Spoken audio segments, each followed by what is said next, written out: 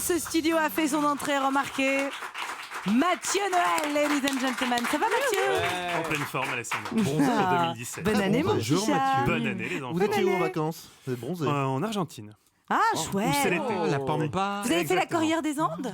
Quasiment. Je me suis Wow. arrêté à 5 km de la frontière chilienne. Ça intéresse nos auditeurs. Ah non, mais si, j'adore, ça doit être magnifique. Je vois qu'on a un gros pouvoir d'achat. C'est donc là. Pas autant que certains, mais Monsieur Erestel, c'est à vous. Merci la C'est- SACEM. Merci la SACEM. merci la télé, C'est c'est sûr. donc l'heure du petit rapporteur.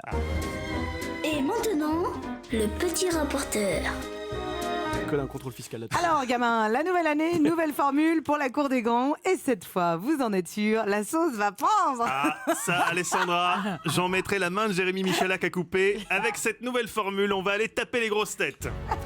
J'aime beaucoup cette nouvelle version épurée de l'émission. On dégage l'invité pour se recentrer sur l'essentiel. Nous, Daniel Gilbert, Nelson Montfort, Matt Pokora. Matt Pokora, dont on s'est même assuré qu'il ne revienne jamais. Oh C'était non. hier. On devait deviner qui chantait dans un extrait musical et Francesca Antoniotti a cru reconnaître Matt Pokora. Seul problème, selon elle, le type chantait un peu trop bien pour être vraiment Matt Pokora. C'était louche. Et on l'a reçu ici. Matt Pokora. Eh bah oui, Matt bah oui, mais j'ai dit Pokora. tout à l'heure. Mais Oui. il chantait vachement bien là.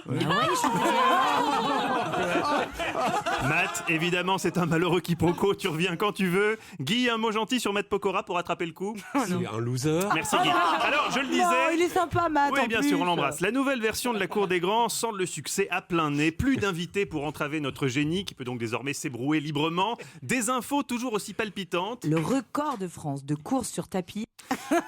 Des thèmes toujours aussi fédérateurs. L'ouverture du musée national des excréments. On a su également conserver les meilleures séquences. Alors, nous, on a donc le frère du père Fouras qui s'appelle le père Fouras. Vous êtes là, père Fouras? Père Fouras, qui a miraculeusement survécu à la purge radicale imposée par la direction qui réclamait, je cite, une montée en gamme, ainsi qu'un accroissement significatif de la difficulté des quiz. C'est vrai qu'en moyenne, il suffisait de 7 secondes à un enfant de 8 ans pour répondre à nos questions. En 2017, fini de rire, les quiz sont nettement plus corsés. Mercredi, il fallait deviner le nom d'une opération caritative et ma foi, c'était pas simple, sachant qu'on venait de donner l'indice Bernadette Chirac. Quand on participe à cette opération, on améliore la vie des enfants. J'ai un petit indice pour vous, écoutez. Les pièces jaunes. Ah, bonne réponse de Jérémy Michalak. Oh Bravo Attention quand même à ne pas perdre nos auditeurs avec des questions trop compliquées, hein. Par ailleurs, avec ce nouveau conducteur qu'Alessandra a été obligée d'intégrer en 2 semaines alors qu'elle avait déjà mis 4 mois à ne jamais comprendre le premier, autant vous dire que l'émission a encore gagné en fluidité. Pour ceux de nos auditeurs qui sont encore valides, et ils sont heureusement peu nombreux, le gros des troupes nous écoute depuis un lit anti-escar dans l'aile gériatrique d'un CHU et ne peuvent, Dieu soit loué, pas zapper sur RTL sans l'aide d'une infirmière. Mais bon, pour nos quelques auditeurs non légumineux, il va falloir s'armer de patience. Dans un instant, ce sera le camarade du jour, mais pour l'heure, c'est là. Ah non, bah voilà, c'est le camarade du jour. Attendez, on a changé un petit peu de conducteur. C'est la rentrée, c'est le 2 janvier. C'est le On 2. vous a déjà souhaité une bonne année C'est et nous, bien. il faut qu'on remette nos cerveaux à l'endroit. Ouais. Donc dans un instant, ce sera donc la leçon du jour, mais pour l'heure, c'est le camarade du jour. Vous savez, cette personnalité que vous devez deviner. C'est qui? Alors justement. Ah, vous savez pas non plus? Cajon que fin mai, ça sera rodé. Alors, je disais qu'on avait supprimé la séquence de l'invité, ce n'est pas tout à fait juste. Mercredi, par exemple, il semblerait que vous ayez tenté un compromis en conviant Enrico Macias. Qu'elles sont jolies les filles de mon pays. C'est sympa. Enrico qui a donc chanté Lai Lai Lai Lai sur l'extrait de lui-même chantant Lai Lai Lai Lai. Il ne s'en lasse pas après toutes ces années, on l'envie. À la clé donc avec Enrico, un invité hybride, mi-invité en promo, mi-chroniqueur. Enrico qui, durant la séquence où on parlait de la calvitie, s'est dit « Mince, ça me rappelle une anecdote, mais laquelle ?» Il a fallu une demi-heure pour que la fameuse anecdote remonte à contre-courant, tel un saumon asthmatique, la rivière neuronale qui coule dans le cerveau d'Enrico. Quand 37 minutes après la séquence sur les chauves, il s'en est enfin souvenu, il aurait pu se dire « Oui mais non, là c'est trop tard, on est en plein jeu avec l'auditrice Martine qui se réjouit de partir en week-end avec son mari Jean-Luc, ça n'a plus de sens de dire ça maintenant.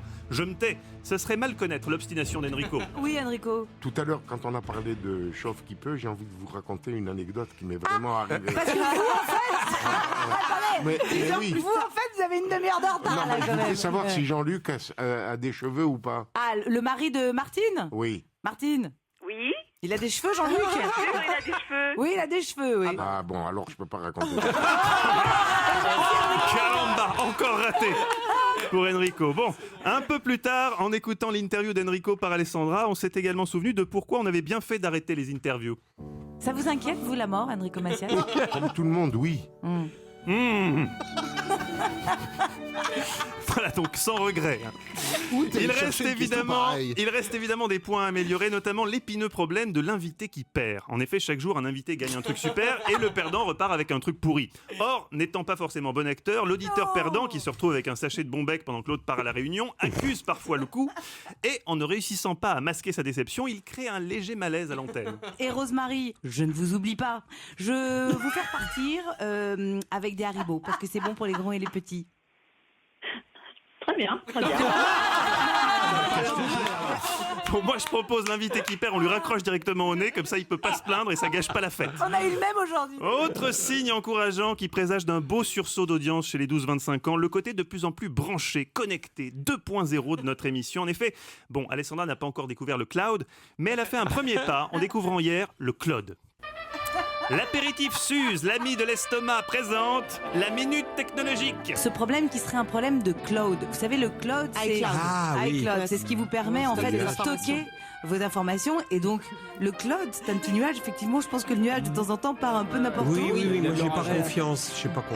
Mais vous avez raison de vous méfier, Guy. C'est comme ces Spoutnik qui nous envoient dans le ciel. Le cloud, demain, nous ferons un point sur YouTube. Bref, le nouveau visage de la Cour des Grands, version 2017, est un visage résolument moderne, insolent de jeunesse, comme Jean-Louis Debré. Jean-Louis Debré, seul individu à avoir traversé le XXe siècle sans jamais entendre parler de Michael Jackson, nous a prouvé hier qu'il ne connaissait pas non plus Jamel Debbouze.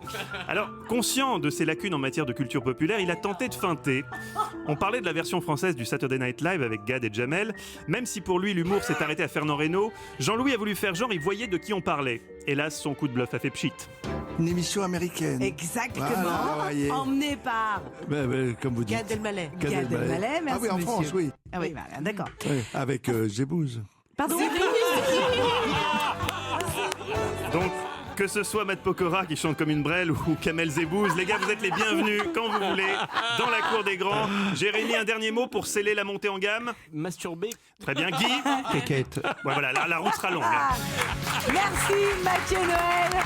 Et c'est vrai que Jean-Louis Debré hier nous a vraiment fait beaucoup rire avec ce Jamel Debbouze, qui est donc un humoriste exceptionnel. Merci Mathieu, c'est une belle rentrée que vous venez de faire.